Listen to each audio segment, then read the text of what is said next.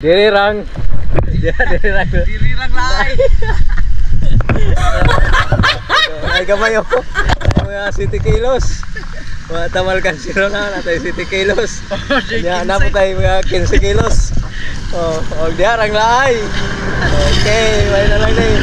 Og nakuha si Master Albert Mamalya so. Yeah.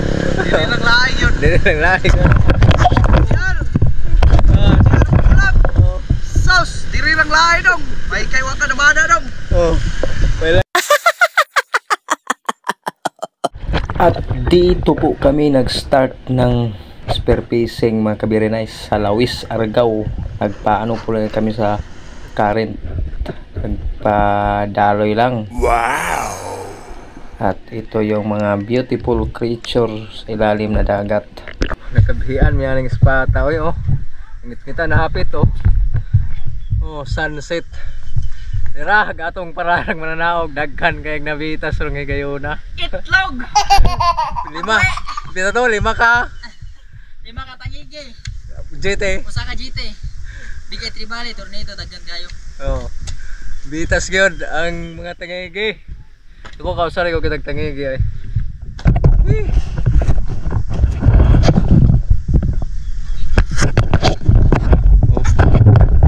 Oh, na dito nag-shooting oh.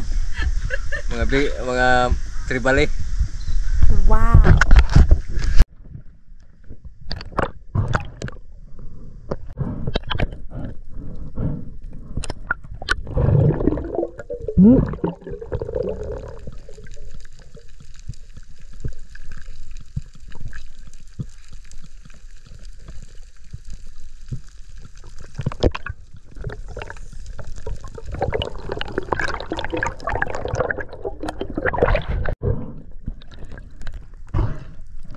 Wow. Napakalinaw ng dagat mga kabirinize.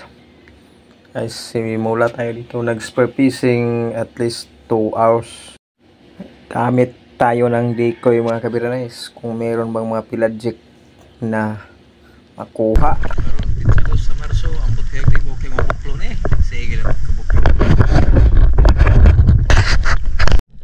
At nagda-drop tayo dito.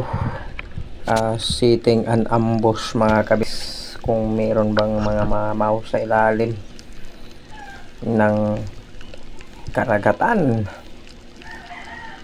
At ayun, medyo wala mga bitfish. At tingin sa kaliwa at sa kanan may napansin ako. At ayun, di kailangang sapulin. Oh, no! Yung buddy ko naman napakabisi niyang humila sa kanyang line. At may nahuli pala siyang langoso, sulinaw, rainbow runner. May pang ulam na naman kami. Wow! Pang tinula na naman yan mga kabirinize. Ilod na muna natin yung spear gun ko. Napakabigat nito kasi itim na rubber po. So ayun na, nakumpleto na ang paglulod ko nito. So nagda-drop tayo. Meron tayong nakitang mga yellowfin tuna mga kabirinize. Ang dami nila. Nasilik ko yung 3 kilograms pero di natirahan. At yung dalawa, What? Oh no! 2 kilograms po yun. Pero anong nangyari sa kanya, wala talagang swerte mga kabirinize sa araw nito. Kabuhi tayo eh. Huh? Dito nga dako Sa panguluhan. What? Yung body ko may nakita pala siyang isang king mackerel o tangigi pero di niya na tamaan kasi malayo na pala. So ito na naman ang dating gawi. Kumpletuhin muna natin sa paglulod ang spear gun. At ayun, balik na naman tayo sa pang hunting. At meron akong napansin na big eye tribali. Nasa 7 o 6 sila. Sinilit ko yung malaki mga kabirinize. yung nasa 1.5 kilograms.